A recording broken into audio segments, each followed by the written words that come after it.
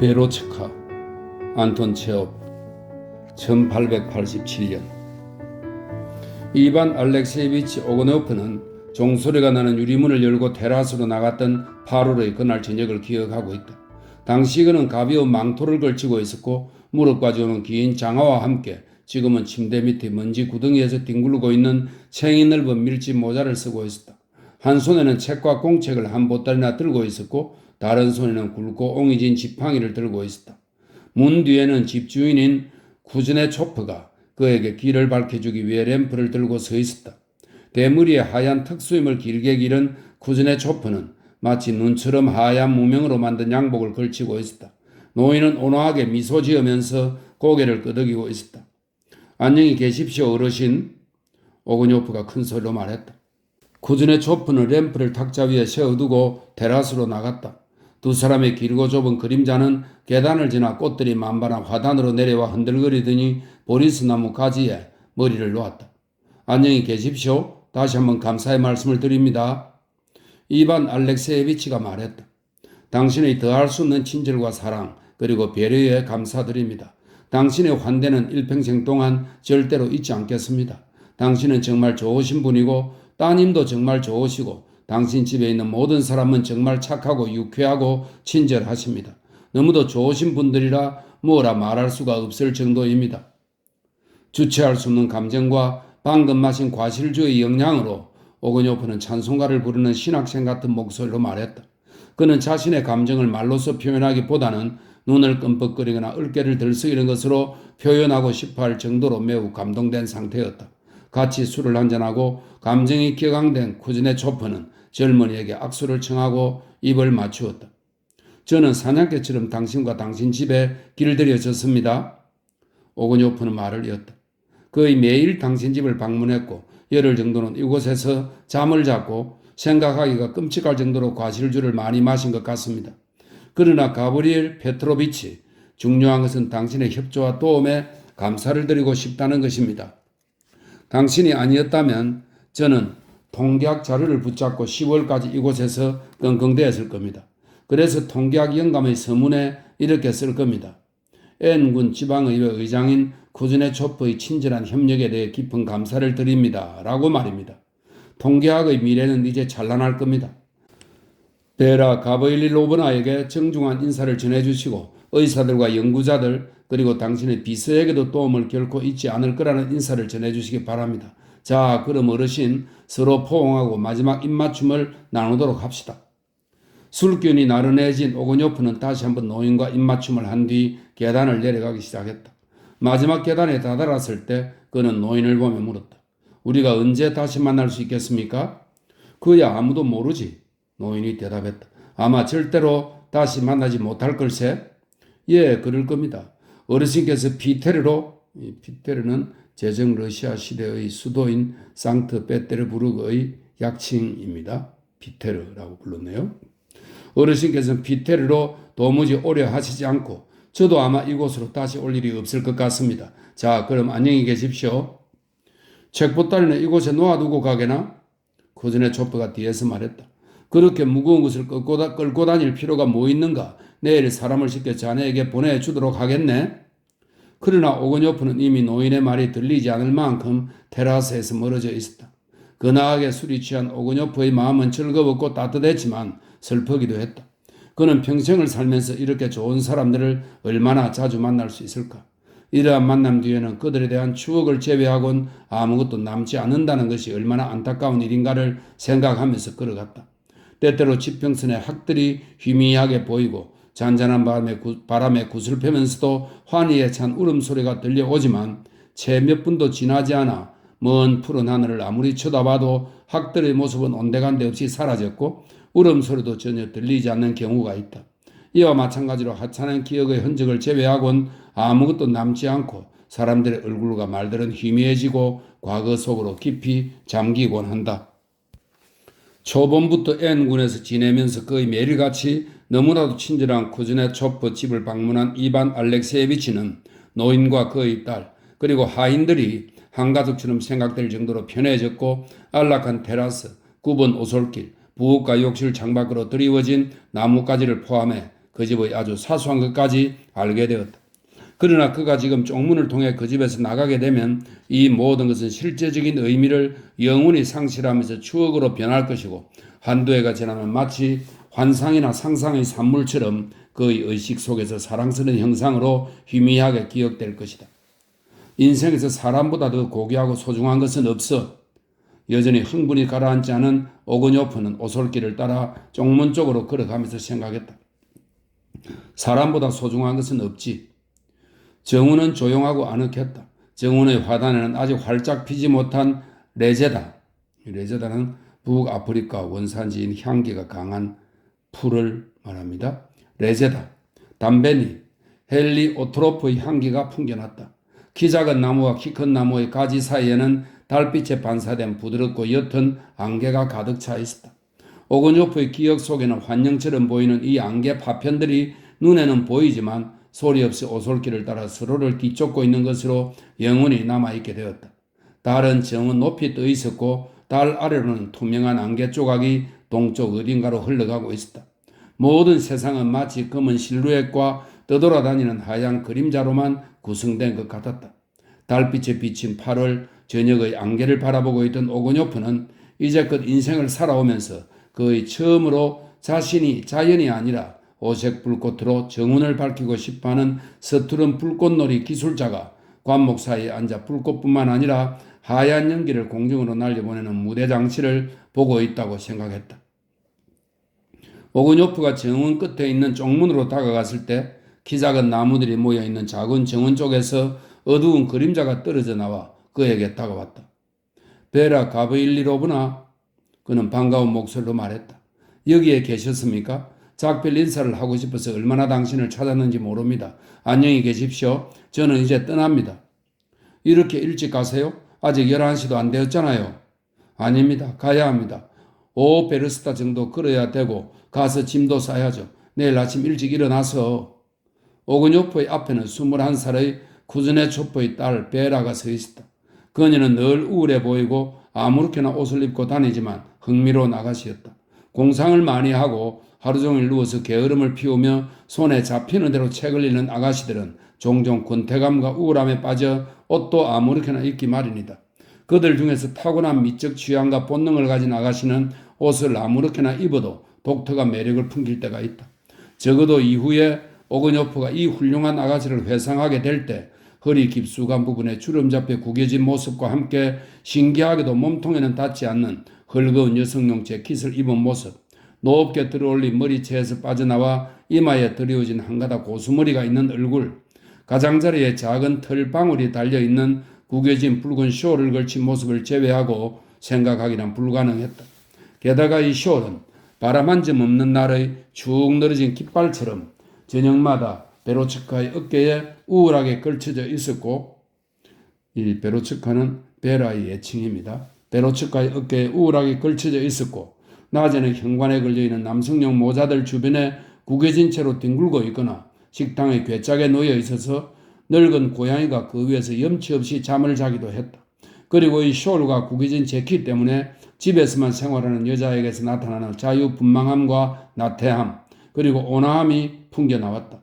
아마도 오그녀프가 베라를 좋아했기 때문에 그녀의 단추 하나하나에서, 그리고 신발끈에서조차 따뜻하고 편안하고 순수한 어떤 것과 진실하지 못하고 미적 감각이 결여된 차가운 여자에게서는 볼 수 없는 훌륭하고 시적인 무언가를 읽어낼 수 있었다. 베로츠카는 좋은 몸매의 균형 잡힌 옆모습과 아름답게 굽이치는 머리칼을 지니고 있었다. 살면서 그의 여자를 만나보지 못한 오그녀프에게 그녀는 상당한 미인으로 보였다. 떠납니다. 쪽문 근처에서 그녀에게 작별의 말을 건넸다. 나쁜 기억은 잊어주세요. 모든 것에 대해 감사드립니다. 노인과 이야기를 나눌 때처럼 오그녀프는 눈을 끔뻑거리고 어깨를 들썩이면서 찬송가를 부르는 신학생의 목소리로 베라에게 환대, 배려, 친절에 대한 감사의 말을 전했다. 어머니에게 편지를 쓸 때마다 당신에 관한 얘기를 썼습니다. 그가 말했다. 만약에 세상 모든 사람이 당신이나 당신 아버지 같다면 정말로 살기 좋은 세상이 될 겁니다. 당신 집안의 모든 사람은 정말로 훌륭합니다. 모두들 소박하고 친절하고 진실한 분들입니다. 이제 어디로 가시나요? 베라가 물었다. 우선은 오래오래 계시는 어머니에게 들러서 한 2주 정도 머물다가 직장에 있는 피테리로 가야죠. 그 다음에는요? 그 다음이라니요? 겨울 내내 일하고 봄이 되면 다시 어느 군으로 자료를 수집하러 떠나겠죠. 자, 그럼 행복하시고 건강하시길. 다른 나쁜 기억은 모두 다 잊어주세요. 더 이상 만나기 힘들 겁니다. 오그노프는 머리를 숙여 베로츠카의 손에 입을 맞추었다. 말없는 흥분 속에서 그는 망토를 고쳐 입고 책 꾸러미를 좀 더 편하게 고쳐들었다. 잠시 침묵하다가 그가 말했다. 안개가 참 많이 몰려들었군요.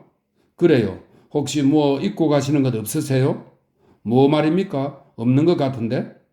몇 초 동안 오고뇨프는 말없이 서 있다가 꾸물거리면서 쪽문 쪽으로 몸을 돌리고 정문을 빠져나갔다. 잠시만요. 제가 숲까지 바래다 드리겠어요. 그의 뒤를 따라오면서 베라가 말했다. 그들은 길을 따라 걸었다. 이제는 나무들이 시야를 가리지 않아 하늘과 먼 곳까지 볼 수 있었다. 마치 베일에 덮인 것처럼 자연경치는 투명하면서도 둔탁한 안개 뒤에 숨어 있었고 오히려 그로 인해 자연의 아름다움이 생기 있게 느껴졌다.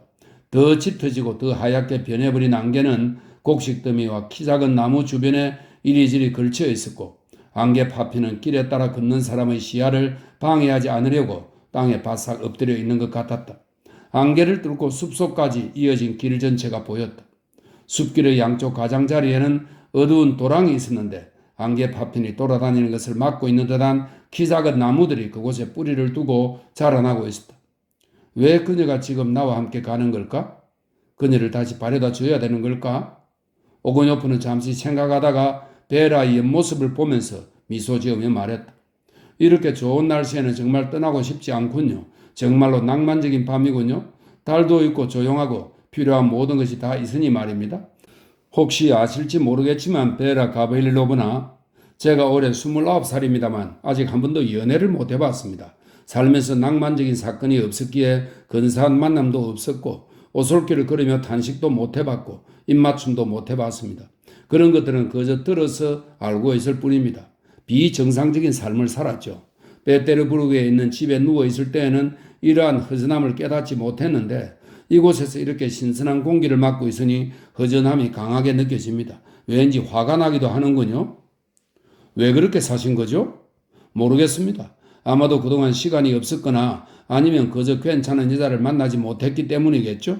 그러니까 어떤 여자냐 하면 사실 저는 아는 사람도 별로 없고 잘 돌아다니지도 않았습니다. 두 젊은이는 300걸음 정도 아무 말 없이 걸어갔다. 오그뇨프는 베로츠카의 훤히 드러난 머리와 쇼를 보았고 그의 마음속에는 지난 봄과 여름의 나날들이 차례로 되살아났다. 저 멀리 베테르부르크의 우중충한 방에서 살면서 좋은 사람들의 보살핌을 받고 좋아하는 일과 자연의 경치를 즐기면서도 그는 아침 노을이 저녁 노을로 어떻게 바뀌는지를 알아채지 못했고 여름이 끝나가는 것을 알리면서 처음에는 꾀꼬리가 다음에는 메추라기가 조금 지나서는 뜸부기가 차례로 노래 부르는 것을 멈춘다는 사실 또한 알지 못하고 살았던 시간들이 떠올랐다. 시간이 빠르게 지나가고 있었다는 사실을 알지 못했던 것이다. 그만큼 편안하고 안락한 생활을 했던 것이다. 부유하지도 않고 사람들을 만나고 돌아다니는 것에 익숙하지도 않았던 그가 4월 말경에 권태와 고독이 기다리고 있을 것만 같고 그가 생각하기에 학문 중에서 현재 가장 두드러진 위치를 차지하고 있는 통계학에 대해 무관심할 것만 같은 이곳 N군으로 얼마나 오기 싫어했는가를 회상했다. 4월의 어느 아침에 N군에 도착한 그는 구교도 신자인 랴부임의 여인숙에서 하루 20코페이가에 담배는 밖에서 피우기로 계약하고 밝고 깨끗한 방을 구했다. 여인숙에서 잠시 휴식을 취한 오기노프는 N군의 지방의회 의장이 누구인지 물어본 다음 가브리엘리 페트로비치의 집으로 즉시 출발했다. 4베르스타 정도를 걸어가면서 그는 화려한 초원과 어린 나무로 덮여있는 숲을 지나게 되었다. 종달새의 청아한 노래소리가 구름 아래로 가득 울려 퍼졌고 푸른 풀밭 위로 갈가마귀가 힘차고 단정하게 날개짓하며 날아다니고 있었다. 오 하나님! 그 당시 오고뇨프는 놀라움에 가득 찬 목소리로 말했다. 이곳은 항상 이렇게 공기가 좋은 겁니까? 아니면 단지 오늘만 저희 도착을 환영하려고 좋은 냄새가 나는 겁니까? 쿠즈네 초포의 딱딱하고 사무적인 접대를 예상한 그는 눈을 힐끗거리고 부끄러운 듯 턱수염을 만지작거리며 조심스레 집 안으로 들어갔다. 노인은 처음에는 이마살을 찌푸리면서 대체 이 젊은이와 그의 통계학이 지방의회에 무슨 필요가 있는지 이해하지 못했다. 그러나 그 젊은이가 통계 자료가 무엇인지 그리고 어디서 그것을 수집하는지에 대해 장황하게 설명하자 가브리엘 페트로비치는 생기가 돌며 웃음을 지었고 어린아이와 같은 호기심으로 그의 공책들을 쳐다보기 시작했다. 그리고 그날 저녁 이반 알렉세이치는 쿠즈네 촛불집에서 저녁을 대접받았고 독한 과실주에 빨리 취해버렸다. 자신이 새롭게 알게 된 사람들의 평온한 얼굴과 만사 태평인 듯한 굼뜬 행동을 보면서 그는 잠이 오거나 기지개를 켜거나 웃고 싶을 때 생기곤 하는 달콤하고 기분 좋은 나태함이 온몸에 퍼지는 것을 느꼈다. 새로운 지인들은 그를 온화한 눈길로 바라보면서 어머니와 아버지는 계신지, 한 달에 월급은 얼마나 받는지, 극장에는 자주 가는지 등을 물어보았다. 오건요프는 시골의 작은 마을들을 돌아다니면서 소풍을 갔던 일, 고기를 잡았던 일, 사람들과 함께 단체로 여자 수도원장 마르파가 있는 여자 수도원을 방문해 유리구슬이 달린 지갑을 선물 받았던 일들을 회상했다. 또한 그는 격렬하면서 끝이 나지 않는 완전한 러시아식 논쟁을 기억했다. 러시아식 논쟁은 주로 논쟁을 좋아하는 사람들이 모여 침을 튀겨가면서 주먹으로 탁자를 치기도 하고 서로가 무슨 말을 하는지도 이해하지 못하기도 하고 상대편의 말을 끊기도 하고 자기 자신도 무슨 말을 하는지도 모르기에 하는 말마다 모순을 일으키곤 했다. 그러면서 주제가 바뀌기도 하고 두세 시간 논쟁을 더 하다가 웃으면서 다음과 같이 말하면서 마무리를 했다. 이런 젠장, 우리가 무슨 주제로 논쟁을 시작한 거지? 건강에 관해서 시작했는데 죽음에 관한 말로 끝이 났군. 혹시 저와 당신 그리고 의사와 함께 말을 타고 셰스토브로 간 것을 기억하십니까? 이반 알렉세이치는 베라와 함께 숲길로 접어들면서 말했다. 그때 유로디비를 만났었죠? 유로디비는 일부러 바보스럽거나 비정상적으로 미치광이 행세를 하는 고행성자입니다. 그때 유로디비를 만났었죠? 제가 그 사람에게 5억 코페이카를 주었는데 그 사람은 제게 5억 코페이카를 받더니 성호를 3번 끊고 나서는 그걸 호밀밭에 던져버렸죠. 오 하나님, 그때 제가 얼마나 강렬한 인상을 받았든지 만일 그 인상을 잘 모아서 간직에 두었더라면 정말 금괴 한 장만큼의 값어치가 있었을 겁니다. 그래서 왜 똑똑하고 감정이 풍부한 사람이 수도에만 바글거리고 이곳으로 오지 않는지 이해되지 않습니다. 정말로 이곳보다 네프스키 거리의 네프스키 거리는 베테르부르크의 중심 거리입니다. 정말로 이곳보다 네프스키 거리의 우중충한 커다란 집들에 살아야지만 진리와 자유를 더 잘 느낄 수가 있단 말입니까? 정말로 저는 천장에서 바닥까지 예술가들이 그린 그림들, 학자들의 책들, 저널리스트들의 잡지와 신문 등으로 도배된 제 방이 항상 편견으로 가득 차 있다는 생각이 듭니다. 숲에서 20걸음 정도 떨어진 길 건너편에는 쿠즈네 촛불 집안 사람이 손님과 저녁 식사를 마치고散歩하면서 배웅해 줄 때 작은 정거장 같은 구실을 하는 작은 다리가 보였다. 폭이 좁고 크지 않는 그 다리는 양쪽 끝에 작은 기둥이 있었다. 그 다리에서 사람들은 숲속을 향해 메아리를 울리는 장난을 치기도 하고 어두운 숲속으로 길이 어떻게 뻗어 있는가를 보기도 했다. 자, 이제 다리에 왔군요. 오그뇨프가 말했다. 이제 돌아가셔야 되겠군요. 베라는 멈춰 서서 숨을 돌렸다. 우리 잠시 앉기로 해요. 그녀는 한쪽 기둥 위에 앉으면서 말했다. 헤어지고 떠나기에 앞서 보통 여기에 잠시 앉곤 해요. 오그뇨프는 그녀 옆에 책 꾸러미를 놓고 그 위에 불편하게 앉아서 말했다. 그녀는 걸어온 탓인지 거칠게 숨을 쉬었고 이반 알렉세이치를 보지 않고 어딘가 옆쪽을 바라보았기에 그에게 그녀의 정면 얼굴은 보이지 않았다. 한 10년쯤 지나서 우리가 갑자기 만나게 된다면 그가 말했다. 그때 우리는 어떤 모습을 하고 있을까요? 아마 당신은 한 가정의 존경받는 어머니가 되어 있을 테고 저는 한 4만 권 정도 되는 두꺼운 전집처럼 아무에게도 필요 없는 통계영감 전집을 편찬한 존경받는 저자가 되어 있겠죠. 10년 후에 만나서 옛날 일을 한번 회상해 보는 겁니다. 우리는 지금 현재라는 시간을 느끼면서 살고 있고 이 현재는 우리 삶을 가득 채우면서 우리를 흥분시키고 있죠. 그러나 10년 후에 만날 때에는 우리는 이미 이 다리에서 마지막으로 만나고 있는 지금의 날짜도 달도 심지어 연도도 기억하지 못할 겁니다. 당신은 아마 많이 변하실 거고요. 당신도 변하실 테죠. 베라는 몸을 떨면서 그에게 얼굴을 돌렸다. 뭐라고 하셨죠? 그녀가 물었다. 제가 지금 당신께 질문한 것은 죄송해요. 당신이 하시는 말씀을 듣지 못했어요.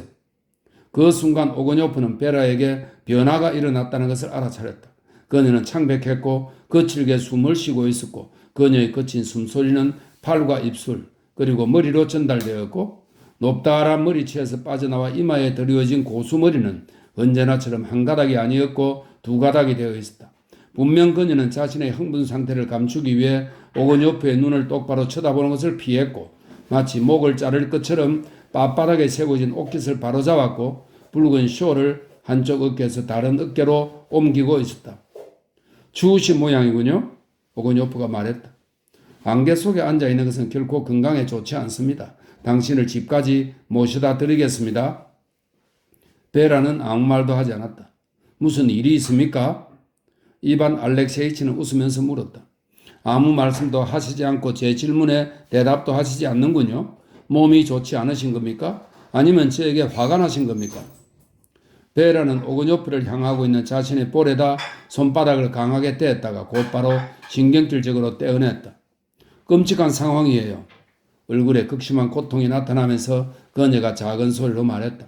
끔찍해요. 무엇이 끔찍하다는 겁니까?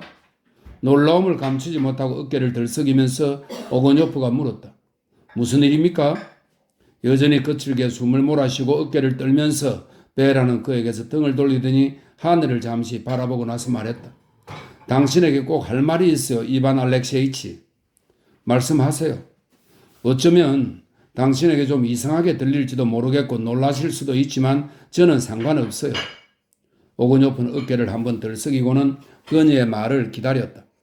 그러니까 그게 고개를 숙이고 손가락으로 쇼어의 방울들을 잡아당기면서 베로츠카가 입을 열었다. 그러니까 제가 당신에게 할 말이 있는데 당신에게 좀 이상하고 말도 안 되는 소리처럼 들릴 수도 있겠지만 저는 더 이상은 못 견디겠어요. 베라의 말은 알아듣기 힘든 중얼거림으로 변하더니 울음을 터뜨리면서 갑자기 중단되었다. 아가씨는 숄로 얼굴을 감싸고 고개를 더욱 낮게 숙이고는 목 놓아 울기 시작했다. 당황한 이반 알렉세이치는 어쩔 줄 몰라 했고 몹시 놀라서 무슨 말을 어떻게 해야 할지 알지 못한 채 멍하니 주변을 둘러보기만 했다. 울음과 눈물에 익숙하지 않은 그는 눈앞이 캄캄할 정도로 당혹스러웠다. 이게 뭐야? 정신이 혼미한 상태로 그는 중얼거렸다. 베라 가브릴로브나 대체 무슨 일이 있는 겁니까? 아리따운 아가씨 혹시 어디가 많이 아프신 겁니까? 아니면 누가 당신을 모욕했습니까? 당신이 말씀해 주신다면 혹시 제가 도움을 드릴 수도 있을 겁니다. 그가 위로하려고 애쓰면서 그녀의 얼굴에서 조심스레 그녀의 손을 떼어냈을 때 그녀는 눈물을 흘리면서도 그에게 미소 지으며 말했다. 저는 당신을 사랑해요. 평범한 인간의 혀에서 나온 지극히 단순하고 일상적인 이 말이 오거뇨프를 매우 당황하게 만들었고 베라에게서 몸을 돌려 벌떡 일어나게 만들었고 당혹감에 이어 경악마저 느끼게 했다. 과실주와 작별로 인해 그에게 찾아온 슬픔, 따뜻함, 감상적인 기분이 순식간에 사라져버렸고 그 자리를 대신해 난처함이라는 긴장되고 불쾌한 감정이 생겨났다. 그의 마음은 완전히 바뀌어졌다. 그는 베라를 헐끗 쳐다보았는데 그에게 사랑을 고백하고 난 후 여자를 매력있게 만드는 도도함을 던져버린 그녀는 왠지 키도 더 작아 보였고 더 평범해 보였고 더 침울한 얼굴처럼 보였다. 이게 무슨 일이야? 그는 두려움을 느끼면서 마음속으로 생각했다. 그런데 나는 그녀를 사랑하는 걸까? 그렇지 않은 걸까? 이것이 문제로군. 한편 매우 중요하고 어려운 것을 마침내 말해버린 그녀는 이미 편안하고 안정적으로 호흡을 했다. 그녀 역시 일어나서 이반 알렉세이치 얼굴을 똑바로 쳐다보면서 그동안 참아왔던 말들을 열정적으로 쏟아내기 시작했다. 갑작스럽게 놀란 일을 당한 사람이 이후에 자신이 당한 일들을 차례대로 기억하지 못하듯이 오거뇨프 역시 베라의 입에서 나온 단어와 어조를 지금도 기억하지 못하고 있다. 그의 기억 속에는 단지 그녀가 말한 내용, 그녀 자체, 그리고 그녀의 말을 통해 느꼈던 전체적인 분위기만 남아있을 뿐이다. 그는 너무 흥분해서 짓눌리고 약간은 쉰듯한 목소리와 억양 속에서 느꼈던 기괴한 음악성과 열정을 기억하고 있다. 울기도 하고 웃기도 하면서 속 눈썹에 눈물방울의 흔적이 남아있는 채로 그녀는 그를 처음 본 순간부터 독특한 분위기, 현명함, 선량함, 똑똑해 보이는 눈빛, 인생에 대한 확고한 목적과 방향성에 감동을 받았고 그래서 그를 미치도록 열정적으로 사랑하게 되었다고 말했다. 지난 여름 정원에서 집으로 가고 있을 때 현관에 있는 그의 망토를 보거나 목소리를 멀리서라도 듣게 되면 그의 가슴은 전율과 행복한 예감으로 가득하게 되었고 심지어 그의 재미있는 농담도 그녀를 웃게 만들었고 그의 공책에 적혀있는 모든 숫자에서도 비범하고 현명한 대단한 무언가를 보았고 그의 옹이진 지팡이는 그녀에게 매우 아름다운 나무처럼 느껴졌다고 말했다. 숲과 안개 파편 그리고 길 양쪽으로 흐르는 검은 도랑은 고요해졌지만 그녀의 이야기를 듣고 있던 오거뇨프의 마음에는 무언가 좋지 않은 이상한 기분이 들기 시작했다.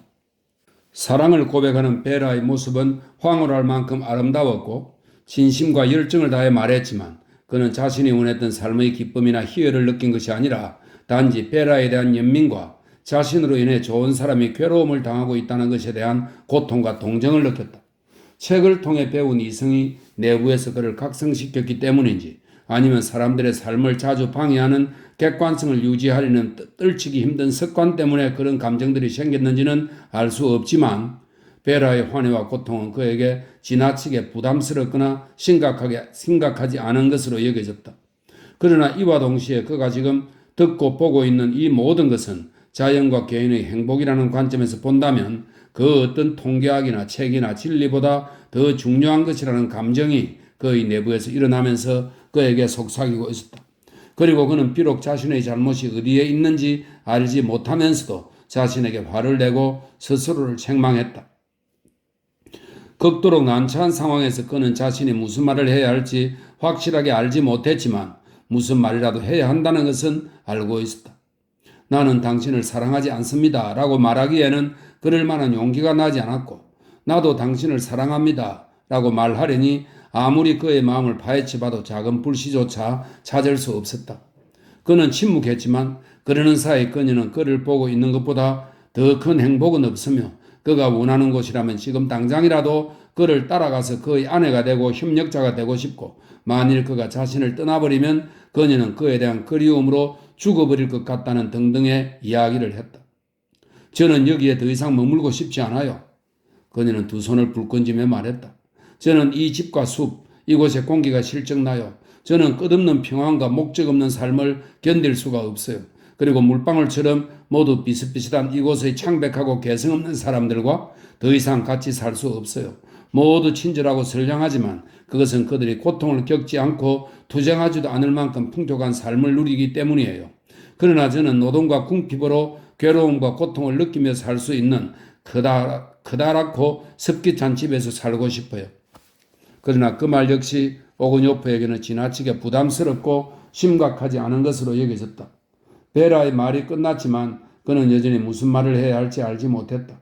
그러나 더 이상 침묵할 수 없다는 것을 알았기에 조심스레 말을 하기 시작했다. 베라 가브릴로브나, 당신의 그런 감정을 받을 만한 가치가 없는 사람임에도 불구하고 저를 그렇게 생각해 주시는 것에 대해 우선 깊은 감사를 드립니다. 그 다음으로 저는 정직한 사람이기에 당신께 꼭 말씀을 드려야겠다는 생각이 들어서 행복은 동등한 조건에서 가능한 것입니다. 그러니까 두 사람이 서로 사랑을 해야지만 그러나 오그뇨프는 곧바로 자신이 한 말에 부끄러움을 느껴서 입을 다물었다. 그는 바로 그 순간 자신의 얼굴이 멍청하고 죄스럽고 진부하게 경직되고 긴장된 것을 느꼈다. 베라는 분명 오그뇨프의 얼굴에서 진실을 읽어낸 것 같았다. 왜냐하면 그녀의 얼굴이 돌연 심각해지면서 창백해지더니 고개를 떨어뜨렸기 때문이었다. 나를 용서해 주십시오. 침묵을 참지 못하고 오그뇨프가 웅얼거렸다. 저는 당신을 존경하기 때문에 마음이 아픕니다. 베라는 갑자기 몸을 휙 돌리더니 빠른 걸음으로 집을 향해 걸어갔다. 오그뇨프는 그녀의 뒤를 쫓아갔다. 아니에요. 오실 필요 없어요. 베라는 그에게 손을 내저으며 말했다.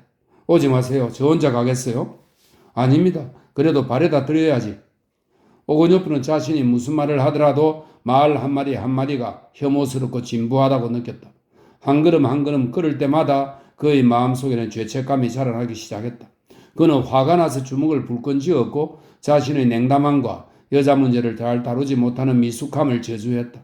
그는 페로츠카의 아름다운 몸매, 그녀의 머리칼, 그리고 먼지 가득한 길에 남아있는 그녀의 발자국을 바라보며 그녀의 말들과 그녀의 눈물을 떠올리면서 마음의 열정을 깨우려고 했지만 이 모든 것이 단지 그의 마음에 동정의 감정만 생기게 할 뿐 어떤 흥분도 불러일으키지 못했다. 아, 사랑은 억지로 하는 것이 아니구나. 그는 이러한 확신이 드는 동시에 다음과 같은 생각이 들었다. 그럼 내가 언제 자발적인 사랑을 할 수 있겠는가? 내 나이가 벌써 30인데 베라보다 더 좋은 여자를 결코 만난 적이 없었고 앞으로도 절대로 만나지 못할 텐데 빌어먹을 나이 같으니 30살이라니. 베라는 고개를 숙이고 그를 외면한 채 더욱더 빨리 그를 앞질러 걸어가고 있었다. 오건요프는 그녀의 어깨가 슬픔으로 더 좁아 보이고 볼품없어 보인다는 느낌이 들었다. 지금 그녀의 마음이 어떨지 상상이 되는군. 그녀의 등을 바라보면서 그는 생각했다. 수치스럽고 고통스러워 죽고 싶은 마음이 들 거야. 오 하나님, 돌덩이조차 감동할 만큼 이 모든 것에 삶과 시적인 의미가 얼마나 많이 들어있었는데 그걸 깨닫지도 못하다니 멍청하고 바보 같은 놈. 쪽문 앞에서 베라는 그를 힐끗 쳐다보더니 다시 고개를 숙이고 숄로 몸을 감싸고는 오솔길을 따라 서둘러 가버렸다.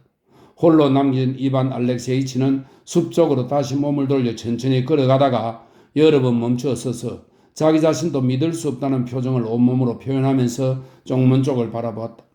그는 길에 나 있는 베로츠카의 발자국을 눈으로 더듬으면서 그렇게 마음에 들어했던 아가씨가 방금 자신에게 사랑을 고백했음에도 꼴사납고 거칠게 거절한 자기 자신을 믿을 수 없다는 생각에 잠겼다.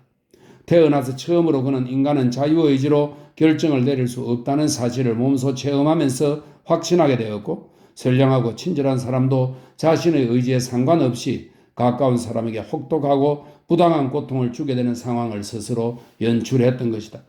그의 마음은 고통스러웠고 베라의 모습이 보이지 않게 되자 앞으로는 찾을 수 없는 어떤 중요하고 친숙한 무언가를 잃어버린 듯한 느낌이 들었다. 그는 베라와 함께 젊은 날의 한 부분이 사라져버렸고 그가 그처럼 헛되이 날려버린 그 순간이 다시는 오지 않을 거라는 생각이 들었다. 다리에 도착한 그는 멈춰 서서 생각했다. 그는 이해할 수 없는 냉담함의 원인을 찾고 싶어졌다. 그 원인은 외부에 있는 것이 아니라 바로 자신의 내부에 있다는 것은 명백했다. 진실로 그는 스스로 인정하게 되었다. 그것은 똑똑한 사람을 자주 자만하게 만드는 이상적 냉정함이나 이기심 가득한 어리석은 냉담함이 아니라 무기력한 마음과 심오한 아름다움을 인지하지 못하는 무능력함 때문이었고 빵 한 조각을 얻기 위한 무질서한 싸움과 독신 생활 등으로 초래된 때이른 노화 때문이었다. 그는 무의식적으로 천천히 걸어서 숲으로 갔다. 칠흑같이 짙은 어두움 속에서 달빛의 섬광이 매우 선명한 반점처럼 여기저기 반사되고 있는 이곳에서 오건요프는 자신의 생각 외에는 아무것도 느끼지 못하면서 잃어버린 것을 되돌리고 싶다는 강렬한 욕망을 느꼈다. 이반 알렉세이치는 다시 돌아간 것을 기억하고 있다. 베라의 모습을 억지로 떠올리고 그녀에 대한 기억을 되살리려고 노력하면서 그는 정원으로 서둘러 발길을 옮겼다. 동쪽 먼 곳에 안개가 끼어있어 날이 흐리게 보였지만 길과 정원에는 이미 안개가 그쳤고 하늘에서 달빛이 선명하게 대지를 밝혀 마치 씻은 듯이 환한 모습이었다. 오건요프는 자신의 조심스러운 발걸음, 어두운 창문, 헬리오트로프와 레제다의 짙은 향기를 기억하고 있다. 낯익은 개 카로가 반갑게 꼬리를 흔들며 다가와 그의 손을 핥아주었다. 그 개는 그가 주변을 2번 돌면서 베라의 불 꺼진 창가에 서서 손을 흔들어 대다가 깊은 한숨을 쉬며 정원에서 나온 것을 목격한 유일한 생명체였다. 피곤하고 마음에 깊은 상처를 입은 그는 1시간 후에 도시로 돌아왔고 자신의 몸뚱이와 화끈거리는 얼굴을 여인숙 대문에 기대고 문을 두드렸다. 도시 어딘가에서 잠에 취해 구슬프게 우는 개 짖는 소리가 들렸고 그의 노크 소리에 대답이라도 하듯이 교회에서 쇠종 소리가 울리기 시작했다. 밤마다 싸돌아다니는구먼. 마치 여자 잠옷처럼 긴 옷을 입은 구교도 신자인 주인이 문을 열어주면서 불평했다. 싸돌아다니는 것보다 하나님께 기도하는 게 더 나을 거야? 자신의 방으로 돌아온 이반 알렉세이치는 침대에 몸을 눕히고 아주 오랫동안 불빛을 바라보다가 고개를 한번 가로저은 다음 짐을 꾸리기 시작했다.